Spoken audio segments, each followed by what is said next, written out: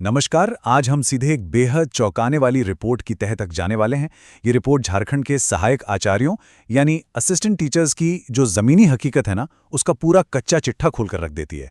दस्तावेज में जो दावे किए गए हैं वो इतने गंभीर हैं कि उन्हें बिना किसी लाग लपेट के सामने आना ही चाहिए। रिपोर्ट साफ दिखाती है कि कैसे एक सरकारी आदेश और ज़मीनी सच्चाई के बीच एक बहुत बड़ी खाई है, और इस पूरे सिस्टम को नाम दिया गया है दूध भात सिस्टम। तो चलिए बिना वक्त बर्बाद किए गहराई से समझते हैं कि आखिर ये पूरा माजरा है क्या, और दस्तावेज में क्या क्या बड़े खुलासे किए गए हैं। अब इस रिपोर्ट में जो सबसे ज्यादा ध्यान खींचने वाली बात है वो है ये एक स्थानीय मुहावरा, दूध भात।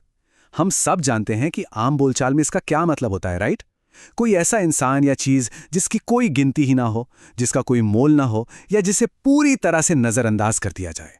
रिपोर्ट दावा करती है कि प्रशासन ने ठीक यही सलूक इन शिक्षकों और माननीय मुख्यमंत्री के लिखित आदेशों के साथ किया है।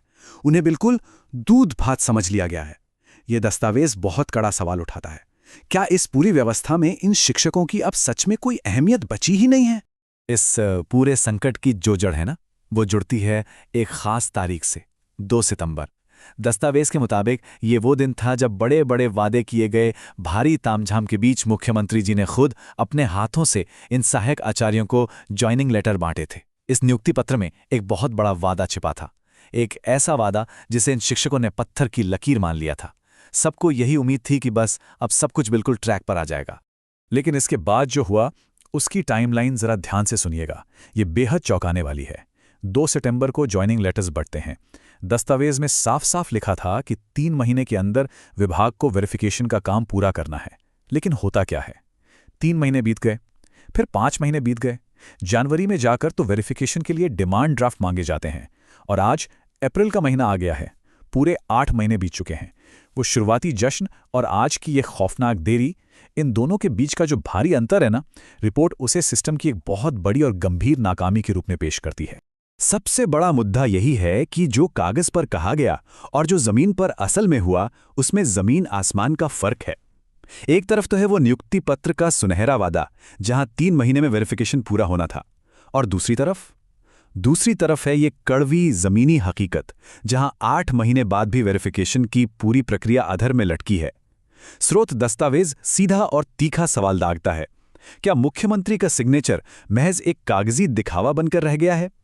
ये जो भारी विरोधाभास है, ये अपने आप में प्रशासन के काम करने के तरीके पर बहुत गहरे सवाल खड़े कर देता है। अब बात करते हैं द ब्यूरोक्रेटिक बॉटलनेक की, यानी प्रशासनिक लाल फीताशाही और सिस्टम के फेल होने की। आखिर ये फाइलें जाकर अटकीं कहां? क्यों एक सीधी सी वेरिफिकेशन की प्रक्रिया महीनों तक लटकी रह गई? इस रिपोर्ट में उन प्रशासनिक नाकामियों की पूरी लिस्ट मौजूद है जिन्होंने इस प्रोसेस को एकदम पंगु बना दिया।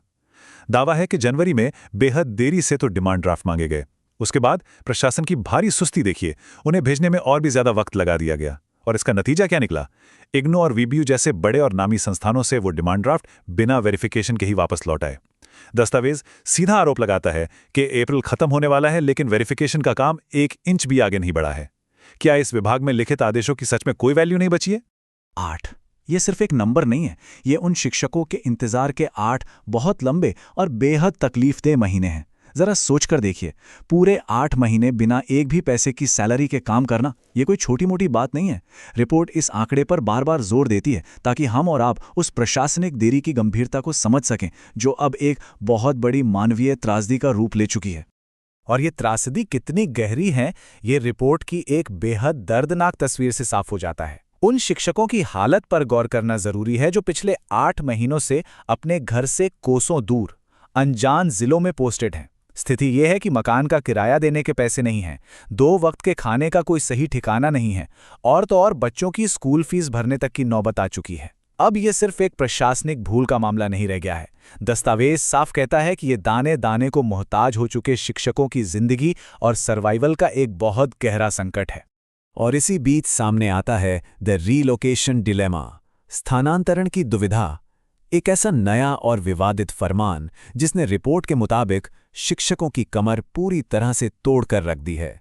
दस्तावेज में पूछा गया ये सवाल शिक्षकों की बेबसी को बिल्कुल सटीक तरीके से सामने रखता है।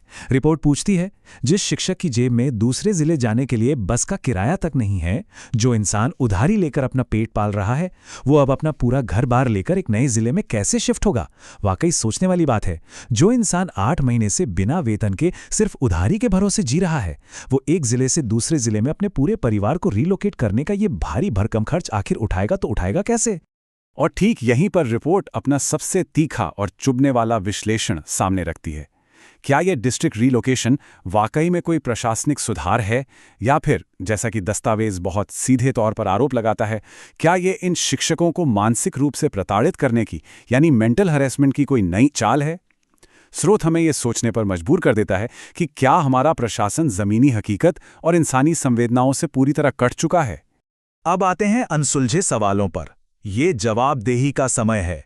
ये वो कड़े और सीधे सवाल हैं जो दस्तावेज, सरकार और व्यवस्था के मुंह पर मारता है, जिनके जवाब शिक्षकों के सब्र का बांध टूटने से पहले मिलने ही चाहिए। पहला सवाल, इन शिक्षकों से किया गया वो बड़ा वादा आखिर गया कहाँ? 2 सितंबर को जो ज्वाइनिंग लेटर बड़े गर्व से बांटे गए थे, क्या वो महज एक कागज का टुकड़ा थे? रिपोर्ट सीधे तौर पर लीडरशिप से सवाल करती है कि जब वादे पूरे ही नहीं किए जा सकते तो वे इतने बड़े मन से आखिर किए ही क्यों जाते हैं? ये जवाबदेही का एक बहुत बड़ा सवाल है और किसी भी सही व्यवस्था में इसे बिल्कुल पूछा जाना चाहिए। और ये अगला सवाल तो और भी ज्यादा गहरा है। क्या एक आधिकारिक हस्ताक्षर सिर्फ चुनाव जीतने का स्टंट या कोई जुमला है? दस्तावेज सिस्टम में भरोसे की एक बहुत भारी कमी को उजागर करता है। जब किसी राज्य के मुखिया का हस्ताक्षर महीनों तक प्रशासनिक फाइलों की धूल फांकता रहे और उस पर कोई एक्शन न हो, तो रिपोर्ट के मुताबिक जनता और कर्मचारियों का व्यवस्था से मोहभंग होना तो पूरी तरह से तय है।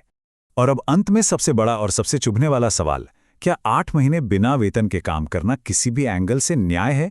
रिपोर्ट साफ चेतावनी देती है कि इन शिक्षकों के सब्र का बांध अब टूट रहा है।